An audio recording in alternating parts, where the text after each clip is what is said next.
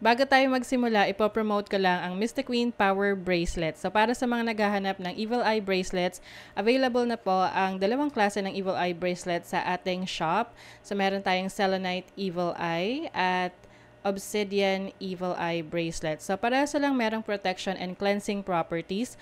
Ang kaibahan nga lang is ang selenite is nagre-recharge rin siya ng mga crystals and semi-precious stones na kasama niya. So pwedeng isuot nyo to alongside with other bracelets and i-recharge din niya yon. Ayan. And marami rin tayong iba pang mga bracelets dito for protection and also for healing, attraction ng money, love, and prosperity. Ayan. So, lahat po yan nasa aking online shop. Pakicheck nyo na lang po. Lahat ng link ay nasa description. Happy shopping! Virgo, hi. Welcome to Mr. Queen PH. At ito ang inyong weekly reading for September 11 to 17, 2023. This is a general reading, so maaari kayong makarelate. Maaring hindi. Just take what resonates. Panoorin nyo rin yung Sun, Moon, Rising, and Venus signs ninyo para sa iba pang mensahe. Meron tayong video na nagpapaliwanag tungkol doon. Link on the description. And thank you so much po sa lahat ng sumusuporta dito sa ating channel. Just a reminder, Virgo, that you have the power to create your own reality. So gamitin nyo lamang ang reading na to bilang gabay. Ayan. And of course, it's a Virgo season. Happy birthday, happy solar return sa inyo. I wish you all the best in life, happiness, success, and of course, good health. So let's see your overall energy, Virgo, for this week. Ooh, the devil. May pagka kayo ngayon, aggressive. This week.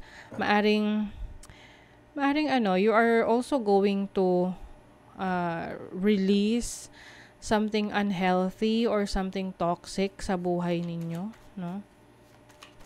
Let's see your challenge. Ano yung challenge?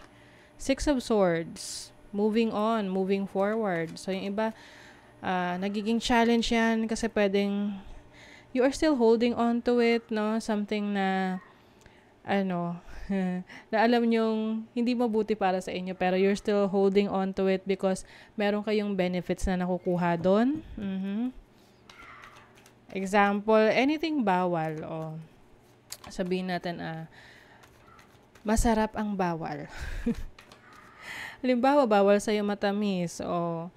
Pero yun yung nagbibigay sa'yo ng happy boost. Nagtitake ka pa rin ng matamis kahit alam mong hindi na makakabuti sa'yo yun. So, challenge yun sa'yo kasi parang you feel like you cannot move forward or to let it go or to release that. What is your opportunity? Three of Cups. You have the opportunity to enjoy life. To be with people that you love.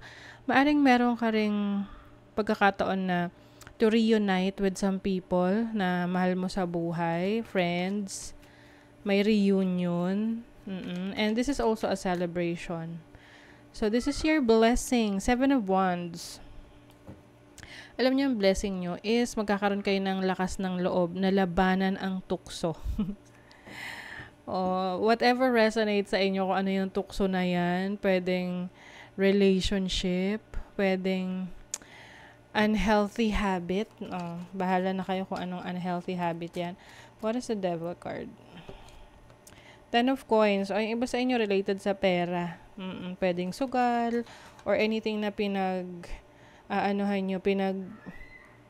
pinagbubuhusan nyo ng pera nyo.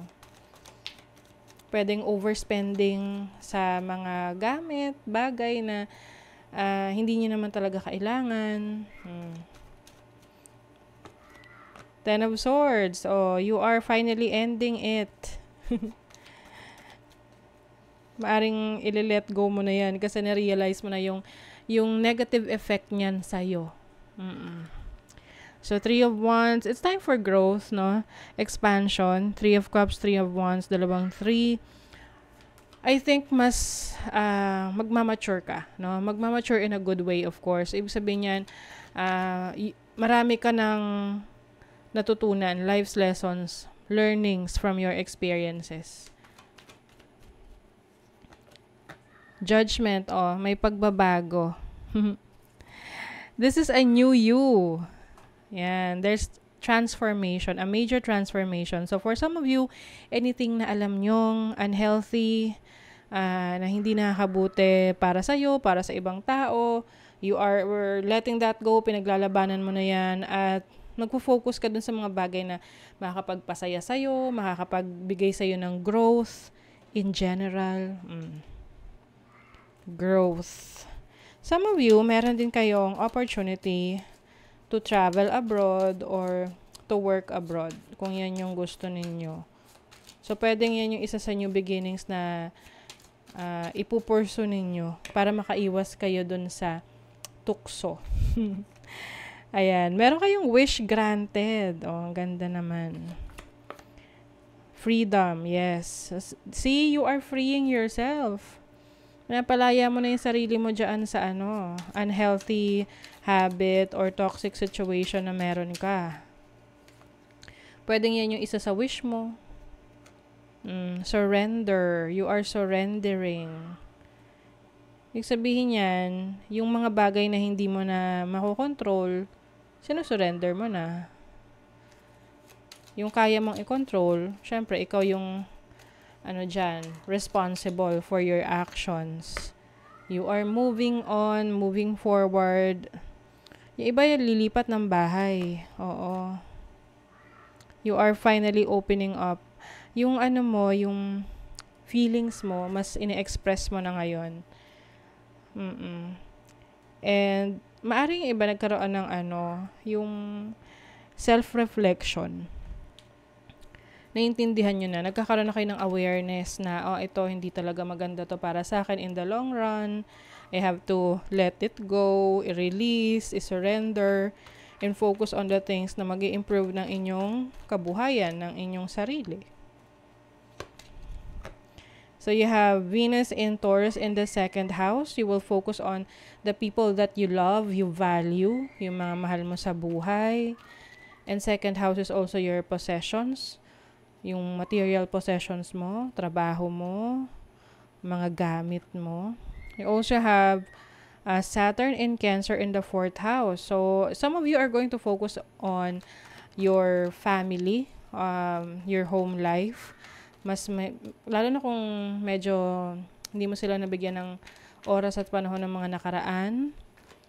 Ngayon, babawi ka naman. Some of you maaring magta-travel with your family, with your loved ones.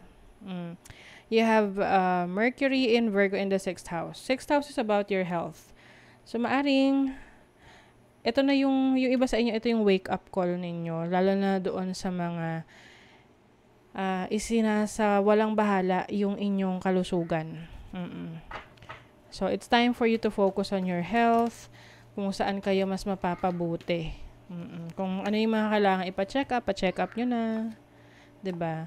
So sa career naman, money, the support that you need is coming as long as you are willing to accept it. So kapag may kailangan ka raw, wag mahiyang humingi ng tulong. Kasi meron namang handang tumulong sa'yo. Okay. You also have security. You are financially secured and abundant. So I think magfo-focus ka sa solidify ng iyong finances, ng financial stability ng iyong career, ng iyong mga assets. You are growing your finances as well. So, yung iba papasok sa investment, pwedeng investment ng gold, mas marami kayong bibilihin na mga gold jewelries. Ayan, some of you are ending a relationship. Pwedeng isa itong toxic relationship or alam nyong hindi tama na relationship, okay? Hindi naman yung magre-resonate para sa lahat, but for some of you na aware kayo na hindi tama itong relationship na kinabibilangan ninyo or anything toxic na relationship, unhealthy, you're going to end that. See?